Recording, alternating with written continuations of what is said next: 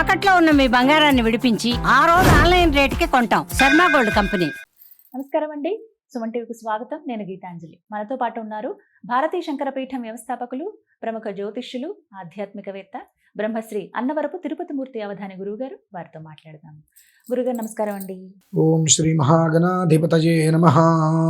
గురుగారు, భీష్మ ఏకాదశి ఆ రోజు విశిష్టత, అలాగే విధిగా అందరూ ఆచరించవలసింది ఏంటి తెలియచేయండి. ఏకాదశోద్భవేత్ లాభ ఆయుష్య విజయప్రదం అంటారు. ఏకాదశం అంటేనే 11.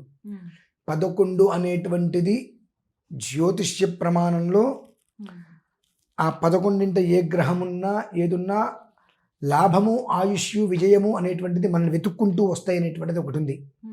అలానే ఏకాదశి అనగా న్యూమరాలజీ ప్రకారంగా మనం తీసుకుంటే 1 1 2 2 అనేటువంటిది ధనస్థానం. అంటే కొన్ని అంటే ఏకాదశి వస్తే ఇలా చేయండి అనడానికి మూల కారణం ఏంటంటే ఆ 2 అందులో ఇమిడి ఉంటాయి. అవి రహస్యాలు కాబట్టి బయట పెట్టడానికి తొందరగా మేము ఇష్టపడం. ఒక్కొక్కరు ఒక్కొక్క రకంగా దాన్ని అన్వయించుకుంటూ ఉంటారని చెప్పి 1 1 2 అంటే ధనస్థానం. రెండోది 11 అనేటువంటిది లాభస్థానము, ఆయుష్యము, ప్రతి పని యందు విజయము, కార్యసిద్ధి అనేటువంటిది వెంటనే సత్క్రియారూపంలో క్షిప్రకాలంలో మనం దర్శనం చేసుకోగలుగుతాం. అటువంటిది ఏకాదశి. అందులోనూ కూడా ప్రతి ఏకాదశికి ఒక్క పూట మాత్రమే, ఉపవాసం కాదు, పలహారాలు ఏవైనా చేస్తూ ఒక్క పూట మాత్రమే, అంటే సాయంత్రం నక్షత్ర దర్శనమో చంద్ర దర్శనమో అనంతరం పాలన్నం తింటే ఆ మనిషికి శుక్లపక్షంలో చంద్రుడు ఏ రకంగా దినదిన ప్రవృద్ధి చెందుతాడో అలా ఆయుష్షు పెరుగుతుంది, ఐశ్వర్యము పెరుగుతుంది, తేజస్సు, అనారోగ్యం అనేటువంటిది దరికి చేరదు. ఏకాదశికి అంత గొప్పది. ఏకాదశి అంటేనే గొప్పది, చాలా గొప్పది. ఎందువల్లంటే జ్యోతిష్యానికి సమూలంగా ఏ స్థానంలో స్థాన బలం ఉంటే మనం ఎదుగుతామో ఆ రెండిట్లకి మూలం ఒకటే ఏకాదశి. ఈ ఒక్కొక్క తిథికి ఒక్కొక్కటి జ్యోతిష్య ప్రమాణానికి ఇస్తాడు. అందులో ప్రధానంగా ఏకాదశికి 2 విధానాలు ఇచ్చాడు. ద్వితీయార్థము ఇచ్చాడు, ఏకాదశార్థము ఇచ్చాడు. 2 కూడా విజయప్రదాలై, అంటే వృద్ధికి మూలం 2. అందులోనూ కూడా చంద్రుడికి సుగమంగా ఇచ్చాడు. చంద్రుడు మనఃకారకుడు. ఆ రోజు నాడు మనం చేసేటువంటి కొన్ని ప్రక్రియలు మనం ఎందుకు వృద్ధి చెందుతాం, ఎందుకు నాశనం అయిపోతామంటే చంద్రబలం లేకపోతే, చంద్రుడి అనుగ్రహం లేకపోతే మనస్సు కకావికలమైపోయి ప్రతిదాని ఎందుకు కూడా వేదన ఎక్కువైపోయి మనిషికి బుద్ధి నశించి అధోగతి పాలవుతాడు. అంటే ప్రతి దాని మీద కూడా ఒక క్షణం లేట్ అయితే కోపం వచ్చేసి మనిషి తనను తాను కోల్పోతాడు. అదే చంద్రబలం ఉంటే ₹1,00,000 వచ్చినాయా, ఓకే ఎక్కడ పడాయి, ₹1,00,000 పోయినాయా, ఓకే అది మంది కాదు. ఆ స్థితి చంద్రబలం ఉంటే మాత్రమే వస్తుందమ్మా. ఇక మిగిలిన 8 గ్రహాల యొక్క బలం సంపూర్ణంగా ఉన్నప్పటికీ కూడా చంద్రబలం లేదు అంటే మాత్రం మనిషికి స్థిరత్వం ఉండదు. మనస్సు పలు రకాలుగా ఆవేదన పర హృదయంతో, ఎలా అంటే ఇప్పుడు దీనికి భీష్మ ఏకాదశి ఉంది, దీనికి భీష్ముల వారి తండ్రి గారికి అన్నిటికీ ఒకదానికొకటి అనుసంధానం. ఆయనకి శంతన మహారాజు నది దగ్గరికి వెళ్తే గంగ మీద మనస్సు కరిగిపడి అని అడిగితే, నన్ను పెళ్లి చేసుకోమని అడిగితే, నీకు పుట్టిన ప్రతి బిడ్డని నా ఇష్టం వచ్చేది చేస్తాను, నా మాటకి నువ్వు ఎదురు చెప్పడానికి వీల్లేదు అని అంటే, ఆ అమ్మాయి మీద ఉండేటువంటి యొక్క ఇష్టంతో కాదనకపోతాడు. 7 బిడ్డల్ని నీటిలో వదిలేసిన ఆవిడ, 7 బిడ్డల్ని నీటిలో వదిలేసిన ఆయన ఏం మాట్లాడితే వెళ్ళిపోతుందో అని చెప్పి మౌనంగా ఉంటాడు. 8వ బిడ్డని కూడా తీసుకెళ్తుంటే, ఇంతమందిని నువ్వు తీసుకెళ్ళిపోతే నేను ఏం కావాలి వార్ధక్యంతో అంటే, నియమానుసారము ప్రతిజ్ఞ విడిచేవి కాబట్టి నిన్ను విడిచి వెళ్ళిపోతున్నా, ఇప్పుడు చెప్తున్నా విను.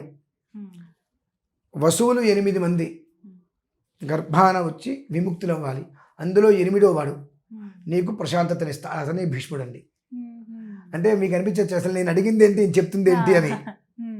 ఆయన భీష్ములు వారు. అంటే మనం భీష్మ ఏకాదశి అంటే ఇలా చేయండి అలా చేయండి, అసలు ఎక్కడి నుంచి వచ్చింది మూలం తెలియాలి కదా. ఆ అష్టవసువులలో 8వ వాడు భీష్ముడు. అతను తీసుకువెళ్ళి శస్త్రాస్త్రాలన్నీ కూడా పూర్తి చేయించి ఆ తర్వాత అతను మళ్ళీ ఆ గంగబొట్టు దగ్గర విడిచిపెడుతుంది. ఆ సమయంలో మళ్ళీ ఈయన నదికి విహారయాత్రకి వెళ్ళి ఆ పిల్లవాడిని చూసి తన పిల్లవాడే అని గమనించి ఇంటికి తెచ్చుకుంటాడు.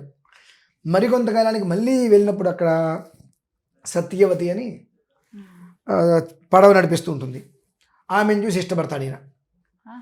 ఆమెను పెళ్లి చేసుకుంటా అని చెప్పి ఆ పిల్ల తండ్రి దగ్గరికి వెళ్తే, ఈమెకు పుట్టేటువంటి పిల్లవాడే రాజు కావాలి, అందుకు ఇష్టమైతేనే నేను నా పిల్లని ఇస్తానంటే, ఆ మాట విని ఇంటికి వచ్చి విచారం అవుతుంటే మంత్రి ద్వారా భీష్ములు వారు నాన్నగారు ఎందుకు అలా ఉన్నారు తెలుసుకుంటే విషయం చెప్పగానే భీష్ములు వారు అంటే ఆ పేరు ఎందుకు వచ్చింది తెలియాలిగా మనకు.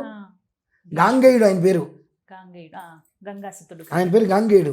అక్కడికి వెళ్ళి మహారాజా నువ్వేం సందేహపడకు, నీ కూతురుని ఇచ్చి నా తండ్రికి వివాహం చేయి, నీ కూతురికి పుట్టిన పిల్లలే ఈ రాజ్యానికి రాజులు అవుతారు, నీకు నమ్మకం కలగడం కోసం ఈ రోజు నుంచి నేను భీష్మ ప్రతిజ్ఞ చేస్తున్నాను అని ఒక ప్రతిజ్ఞ చేస్తాడు, భీష్మ ప్రతిజ్ఞ. ఆ రోజు నుంచి ఆయన భీష్ముడుగా కీర్తి చెందాడు అనమాట. అంటే భీష్మ ఏకాదశి అంటే ఏదో ఏకాదశికి ఇది చేసేసేయండి, ఇది పూర్తి చేసేస్తే ఈ ఫలితాలు వచ్చేస్తాయంట. భీష్మ ఏకాదశి అన్నప్పుడు అసలు ఆయన ఒక్క వృత్తాంతం తెలుసుకోవాలి. ధర్మం కోసం ఎంత కట్టుబడి ఉన్నాడు, చివరికి ఆ ధర్మమే ఆయన ప్రాణం తీసే పరిస్థితికి వచ్చింది. అయినా అంబిక అంబాలిక ముగ్గురిని కూడా తీసుకొచ్చినప్పుడు ఇద్దరిని వివాహం చేసుకుంటే మూడు ఆమెను నేను సాల్వా దేశపు రాజుకి నేను మనసు ఇచ్చి ఉన్నానంటే అక్కడికి పంపిస్తే ఆయన తిరస్కరిస్తే నన్ను నువ్వు పెళ్లి చేసుకుంటే నేను పెళ్లి చేసుకోను అని అంటే ఆ కోపంతో నీ మీద నేను ఎట్లా అయినా సరే ఇచ్చేయాలని చెప్పి ప్రతిజ్ఞతో అతని పతనం కోసం తపస్సుకి వెళ్ళిపోతుంది ఆవిడ. అలా ఎన్ని ఇబ్బందులు వచ్చినా ధర్మానికి కట్టుబడి ఉన్నాడు ఆయన. అదండి మనం తెలుసుకోవాల్సింది. ఈరోజు మనం ఏం చేశాము అనేటువంటిది ప్రధానం కాదు, అక్కడ ప్రధానం ఏంటి, భీష్మ చరిత్ర, భీష్ముల వారి యొక్క జననం ఏంటి, ఆ పేరు ఎలా వచ్చింది, దానికి కారణాలు ఏంటి, ఆ భీష్ముడు అనేటువంటి పేరు రావడానికి మూలం ఏంటి. ఆయన పేరు గాంగేయుడు కదా, ఆయన యొక్క వృత్తాంతాన్ని మనం చదువుకోగలగాలి, కొంచెమైనా కనీసం ఇలా చెప్పినప్పుడే వినగలగాలి. విన్న తర్వాత సంధ్యా సమయంలో ప్రధానంగా ఏంటి, ఆయన కూర్చుంది అక్కడ ఉత్తరాయణ పుణ్యకాలం కోసం ఎదురు చూశాడు ఆయన. దేనికోసం అమ్మా? ఉత్తరాయణ పుణ్యకాలం కోసం ఎదురు చూశాడు కనుక ఆ విష్ణు సహస్రనామాన్ని చక్కగా సంధ్యా సమయంలో మనం పారాయణ చేసుకొని తులసిమాల ఆయనకు వేసి నమస్కారం చేసుకొని కాస్త నివేదన పెట్టడం.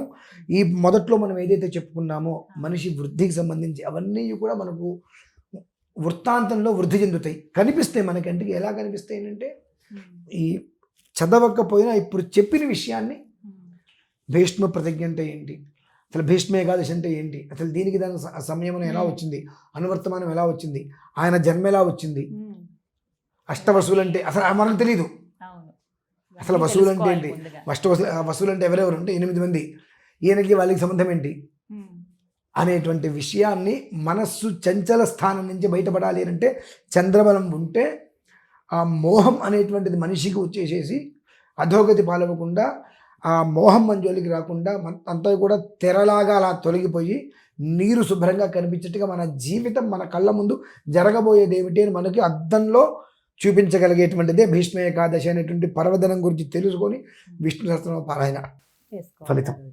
చక్కగా ధన్యవాదాలండి. పరమేశ్వర.